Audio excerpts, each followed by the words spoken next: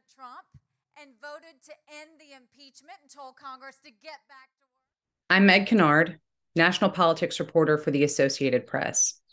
This week was an unprecedented moment in American history as we saw the indictment on criminal charges of a former president for the very first time. Donald Trump is seeking for the third time the Republican nomination for president in 2024. So his criminal case is coming right in the middle of his active campaign. What you're really seeing now is the candidates, both those declared and those who are expected to eventually challenge Trump, really struggling with how to navigate this moment. You know, you would think, hey, look, our chief rival, the Republican frontrunner, he's been indicted. This is great for us. This is going to be a huge boon to us politically. We're going to be able to attack him. But that's not what is happening right now. Earlier today, my competitor in this race, Donald Trump, was criminally indicted in a politically motivated prosecution. This is wrong.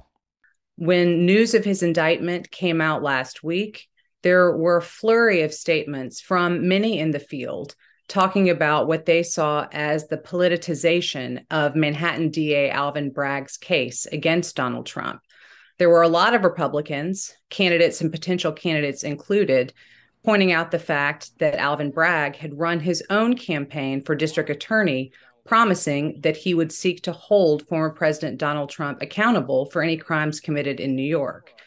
But, for example, this week when Florida Governor Ron DeSantis was in Michigan, he made no mention of Donald Trump whatsoever in some of his comments there. So candidates are trying to appear that they may be supportive because they know that Donald Trump has a very large base of support, voters for whose attention they would be competing in a race against him.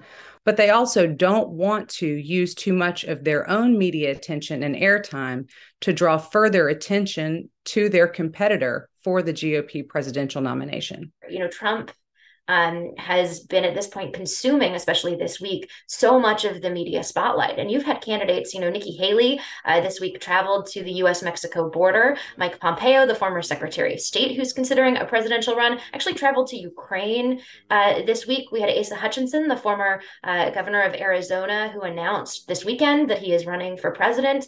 And all of those events were completely overshadowed by the sort of media circus covering this unprecedented historical event of the former president kind of coming in Manhattan to be arraigned. It's not only a matter of these candidates sort of having to navigate the politics of, you know, criticizing versus not, but it's also a matter of these candidates actually trying to kind of find a way to kind of get their sliver of the spotlight when you have a candidate like Trump who is sort of so adept at sort of hogging that spotlight.